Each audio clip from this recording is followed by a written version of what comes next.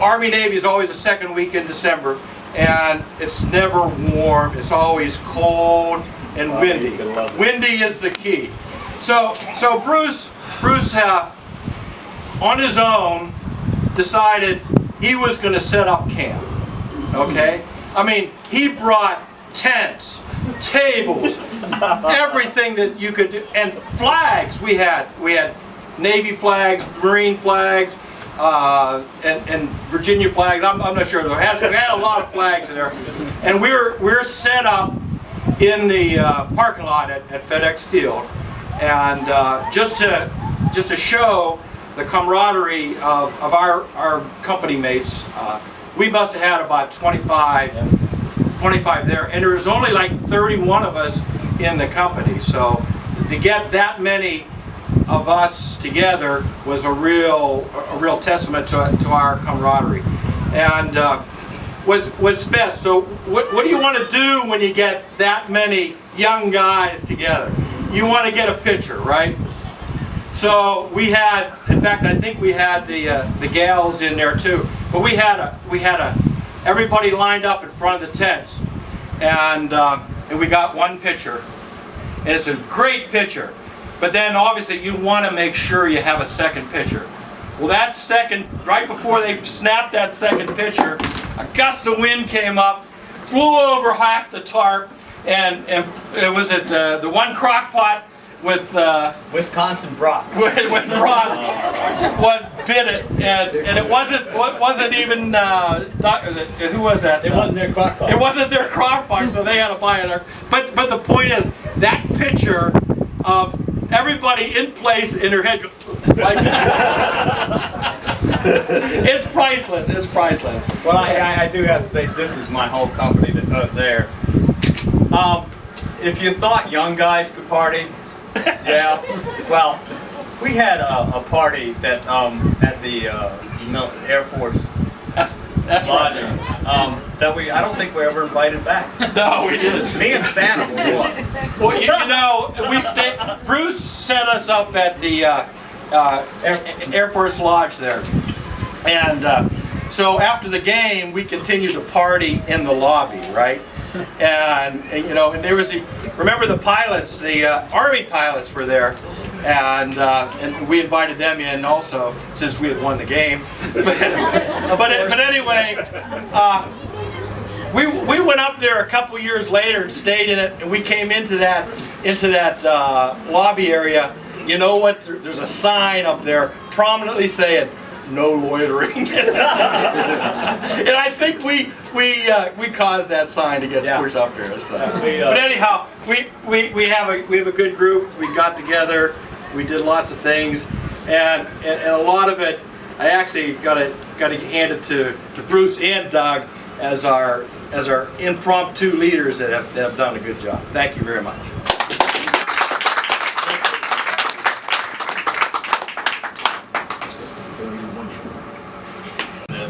We didn't have women there.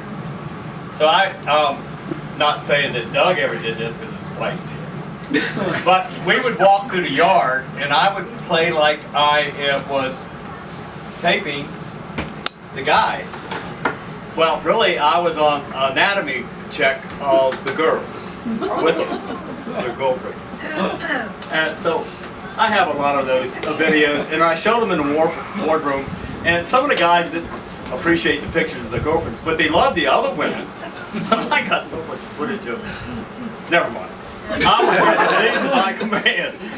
So we did a lot of stuff like that.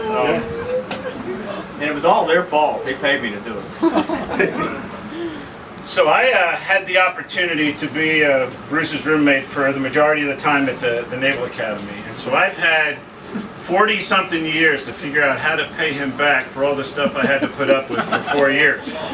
See, what I mean is, I've had 40 years to think about how to show my appreciation for the great time that we had with 4 years as a roommate.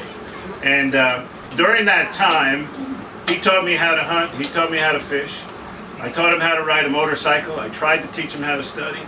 That didn't work so good, but he did graduate, and so I've got a couple things that I want to share with him and with you that go back a little bit of ways. So if you weren't part of the Naval Academy community or the Navy community, some of these things might not make full sense, but I hope that you will just appreciate the intent that I have.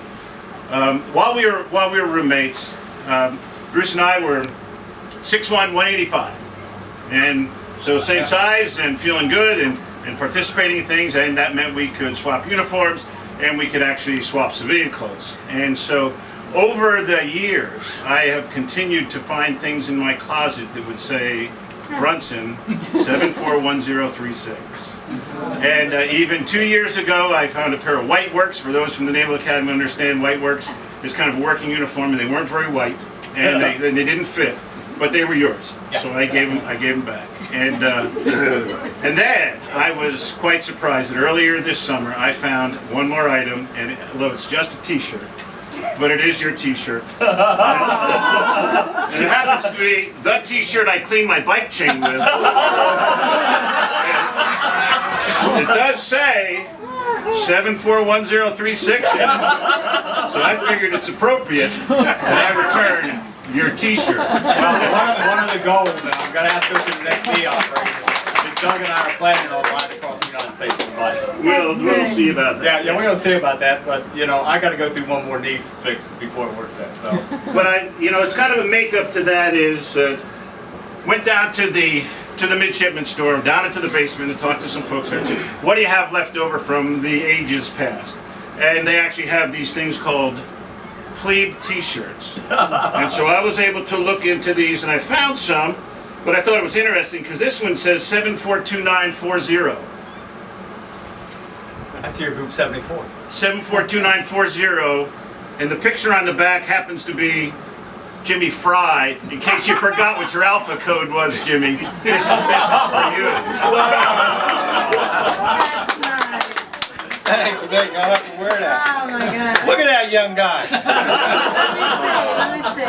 And the next one that I got that's said 743395, and that would be. You're supposed to remember this, there's a couple things that you never forget. Your wife's birthday, your anniversary, your social security number, and your alpha code. Yeah. The alpha code is what you're given at the Naval Academy. It's for 4 years, and it's on all your clothes. And congratulations. That's for you. Glad to be able to do that. Let's see. You know, we should have brought pictures of what we looked like back then. Well, they're Well, on if the you look on the back, it's got a picture. Beautiful. 41 years ago, that's what time does to you. So I also have another one, 749184. And that would be Mike Waters. You remember yours very good. He's the only one that's the same size. Now the other one I didn't know is, Hugh Story was not in our company, but Hugh Story had the other opportunity to spend a lot of time with Bruce during his career. So he didn't get the 4 years at the academy, but he got the other years in the service, in part of the same squadron. Hugh, they didn't have your alpha code, but they did have a plebe shirt for you. So They forgot me already. you still got the old one. And then of course they did have one that had 741036, and as you said, it's got the picture of Midshipman 4th Class Brunson on I-Day in June of 1970, which is the induction day, 1970. So Bruce, I hope this will make up for some of the stuff that I've had, that I've kept, that I've ruined, and I find. Well, I'm going to keep this one with my bike. Well, thank you. That is neat. So there's bear with me. There's some more stuff here. Bruce has been very, very proud of the fact that he is retired Navy, and he wants people to know that. So I figured that we would help him with this little pin that says retired United States Navy. Ooh, thank you. I haven't got one. Now you got that. And then that comes with a lanyard. And on this lanyard, we intend to put keys that happen to open the gate from the front so that we don't lose them. But it does say U.S. Navy retired. Yeah. Okay. And Bruce, we also have this hat that says U.S. Navy retired. And we have a shirt that says U.S. Navy retired. And we have a sticker for your car, but this is interesting because this one is a little unique because it says U.S. Navy retired. Retired. This is both of them that you have there. Good. Now, there's a group that I'm part of up in the Washington, D.C. area, and it's a group of folks like us. We are old, we're retired Navy, but we're still committed to the Navy, and so therefore we're a group that we call ourselves Old Navy. And in order to be part of this group, we decided, Bruce, that you should be a member of this group. But to do this, you need a jersey. So what we did is we got you a jersey that says Old Navy. And so we hope that you will wear this proudly on the beach so that people will know, A, you're retired, and B, you're old and you're Navy. Okay. Now, as part of this Old Navy group, there's some things that we do as part of the group, and it's kind of, it's kind of some fun things. If you think back to the Naval Academy days, when it would come time for Army Navy, there was all these spirit things that used to happen. And one of the things that used to happen, the upper class would make up these t-shirts, and they'd sell them as Beat Army t-shirts. And then they'd have these panties, and they'd say Beat Army on the panties, you're supposed to give them to your girlfriend. So we as the Old Navy group continue to do these sorts of things. So we do have Beat Army t-shirts. Well, what we've done is we have used some computer technology in order to take that picture that's on the back of the jersey that says this is what they looked like in 1970, that what they're going to look like when they are 70, right? And so what we have, and Barb, you can get excited.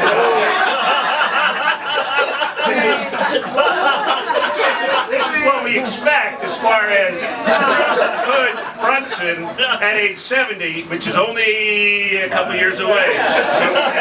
So Bruce, Barb, I know you can't get too excited about this, but I'm looking for her panties. So you asked about the Beat Army panties, and my answer is it depends.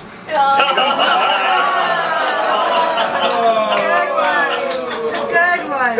Oh man, you were so far ahead of me. Okay, so we have Beat Army panties, right? But this is men's extra large for Bruce. So it depends. Beat Army panties. I'll model them right after this, okay? I put a t-shirt on, it depends, and I'll walk around. No. So, we talked about being part of the Old Navy group, so there's an Old Navy beach bag that we provide to you, and there's a couple other things in here that I do think are important because Barb has mentioned that she gets a little bit concerned because Bruce kind of wanders away. And as he wanders away to the beach, is there ways that she can recognize him? So we do have a nice beach hat that is recognizable, right? Oh, Right, that'll be good. That'll be good. And now I look like a stud muffin. and if he is wearing pants, we'd prefer he wear these pants.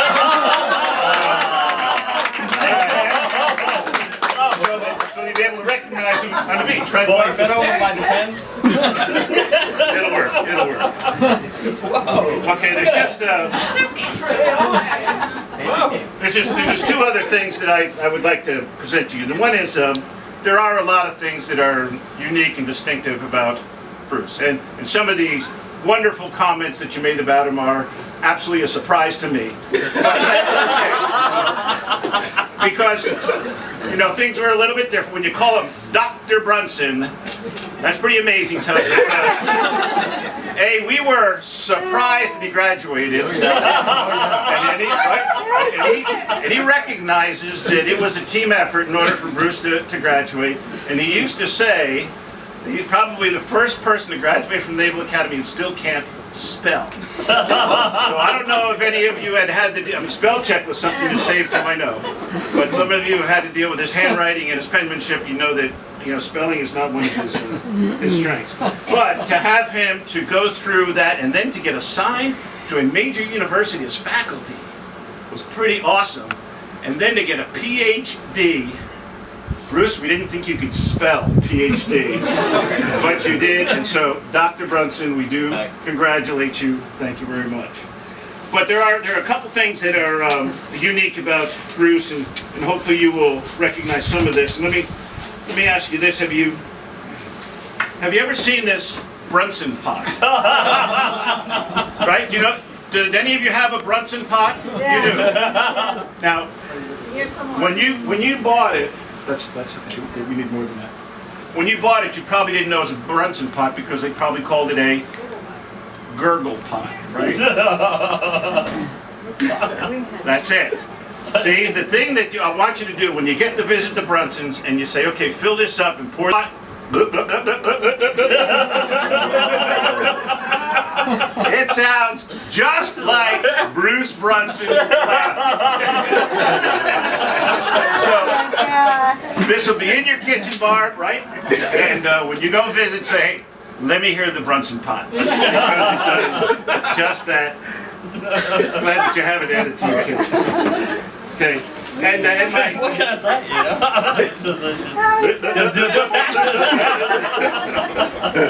so my last part is I've known the Brunson family, I've known the Poppin family for a long time. My grandparents. His grandparents, and on his mother's side, the Poppins. And again, for everybody in those families, there is one thing that they all have in common: they can tell stories. And for Bruce, some of them are true. So the thing that, and Barb, this is really for you, because I realize that now he's going to be here a lot. You're going to hear the stories over and over and over and over again. And so this is a great source, and I hope you use it. This is the greatest U.S. Navy stories ever told. They are real. None of them are authored by Brunson. And I just hope that they'll add to the conversation and give you a whole new repertoire in order of telling these stories. Okay? So, a little bit of a fact check, but you know, again, I had the opportunity to live with Bruce for almost 4 years at the Naval Academy. It was a great relationship. Again, he learned, I learned. We both got through it, and the careers have been very, you know, he went off in aviation, I went off on the surface community, but it's one of those things about the Naval Academy. You know, 40 years later, you're still old friends. So, Bruce, thank you.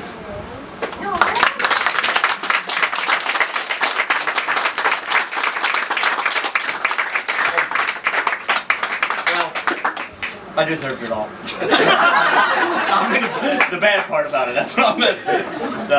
Because it's true. I mean, how close we are. And I'm close with everybody. Always my friends. And that's the toughest part. Because poor Barbara. Poor Barbara. Everybody come help me.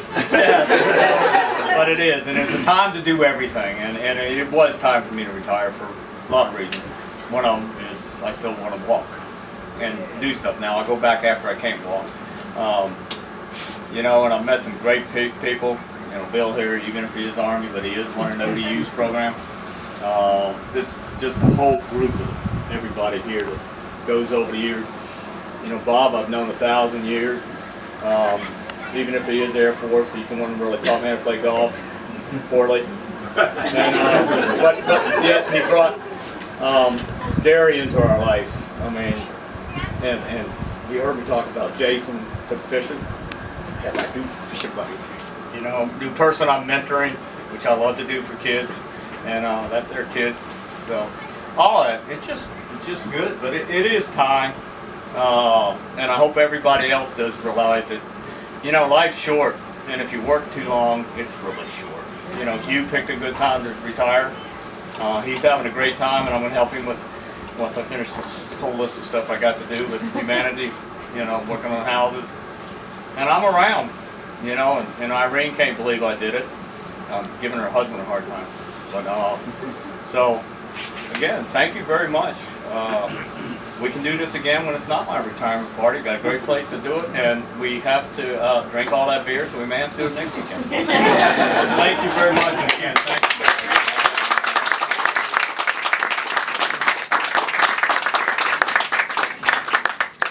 Because when I come in the morning, and people know this, I always say, you know, it's a beautiful day underway. You know, next thing you know, we're all laughing. And people come around, when I was at Florida Community College down here, and CMBE, and they just can't believe how much fun it is. And this is not a joke. And anybody that sits on search committees, if you don't laugh in our search committees, you don't get hired. And that is not a joke. Because usually I come in and I got to make, if you don't laugh at my jokes, you're fired anyway. But it is a part, and he'll tell you, I completely changed the way we did search committees. You know, search committees, I don't know what yours is like, in academia is like, you got to remember a lot of them faculty. Oh yeah, and you checklist, okay, you said this, and out.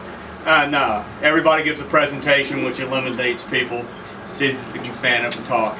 But the other part is when you're going to there, you make them comfortable, and it's so funny what they'll say.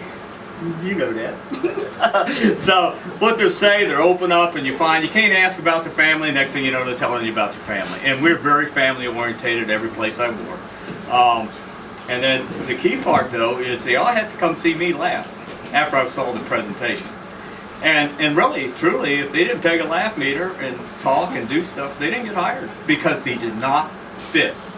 They did not fit with the team. And we got away from hiring friends, and we hired professionals. So anyway, so that was my last career, but that went through, what, ever since I've been in academia, you treat it like it was a military. Not hiring your buddies and stuff somewhat, but you got the best of the best. And so I picked my neighbors. Well, you know, I rented and stayed, you know? I mean, you got to remember that. So you picked your neighbors, and I got a great neighborhood, so we'll do well. And there's only, Dewey? You're the only one left working. That's because he married a child. All right, thank you everybody. Please eat, drink.